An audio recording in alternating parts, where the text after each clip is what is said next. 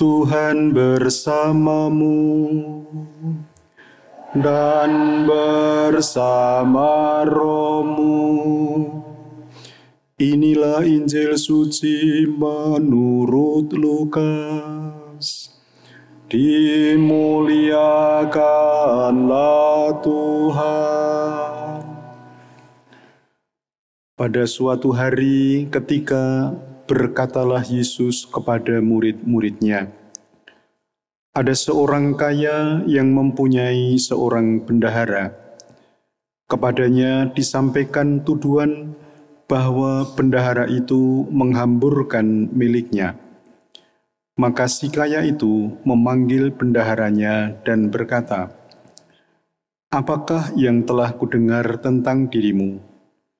Berilah pertanggungjawaban atas urusanmu, sebab engkau tidak boleh bekerja sebagai bendahara lagi." Berkatalah bendahara itu dalam hatinya, "Apakah yang harus kuperbuat? Tuanku memecat aku dari jabatanku. Mencangkul aku tidak dapat, mengemis aku malu. Aku tahu apa yang akan kuperbuat, supaya apabila aku dipecat dari jabatanku sebagai bendahara, ada orang yang mau menampung aku di rumah mereka." Lalu ia memanggil satu demi satu orang yang berhutang kepada tuannya. Berkatalah ia kepada yang pertama, "Berapa besar utangmu pada tuanku?" Jawab orang itu, 100 tempayan minyak.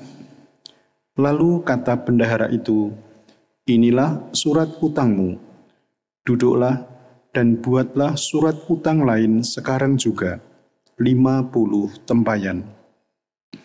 Kemudian ia berkata kepada yang lain, "Dan saudara, berapa utangmu?" Jawab orang itu, 100 pikul gandum. Katanya kepada orang itu, "Inilah surat utangmu, buatlah surat utang lain, 80 pikul." Bendahara yang tidak jujur itu dipuji tuannya, karena ia telah bertindak dengan cerdik. Sebab anak-anak dunia ini lebih cerdik terhadap sesamanya daripada anak-anak terang. Demikianlah sabda Tuhan.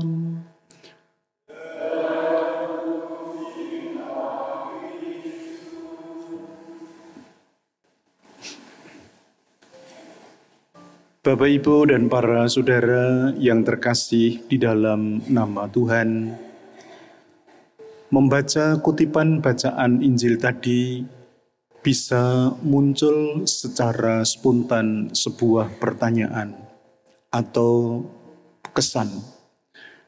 Kalau begitu, Tuhan memperbolehkan orang bertindak tidak jujur. Karena di dalam kisah tadi diceritakan bendahara yang tidak jujur dipuji oleh Tuhan. Pertanyaan itu boleh muncul.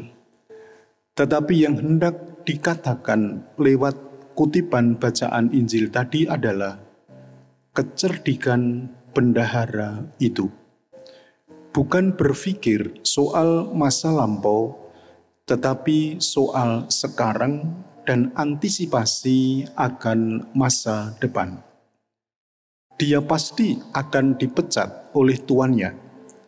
Ketika dia sudah tidak menjadi bendahara lagi, apa yang harus dia lakukan?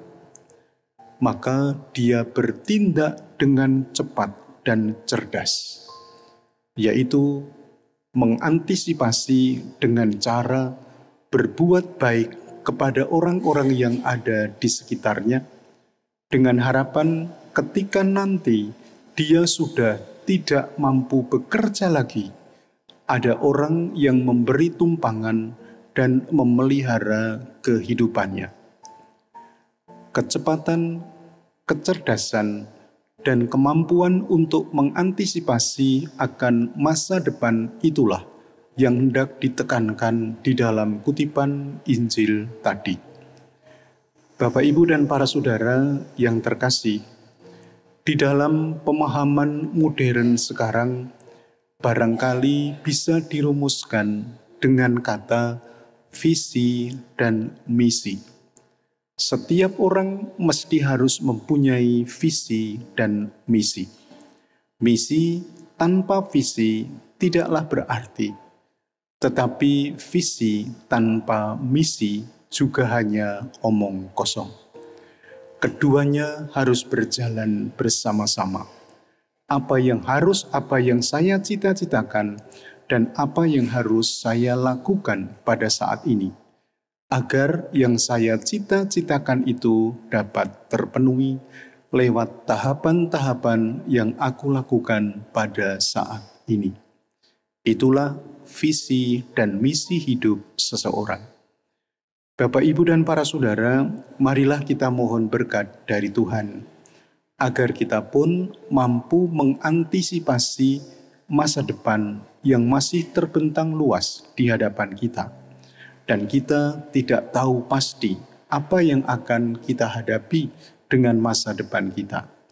Yang bisa kita lakukan hanya mengantisipasi dan melakukan hal-hal konkret pada saat ini, di tempat ini, sekarang ini.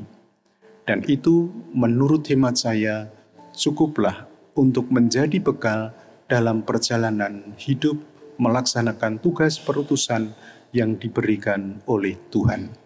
Rahmat itu yang kita mohon bersama-sama di dalam Ekaristi kita pagi hari ini. Kemuliaan kepada Bapa dan Putra dan Roh Kudus,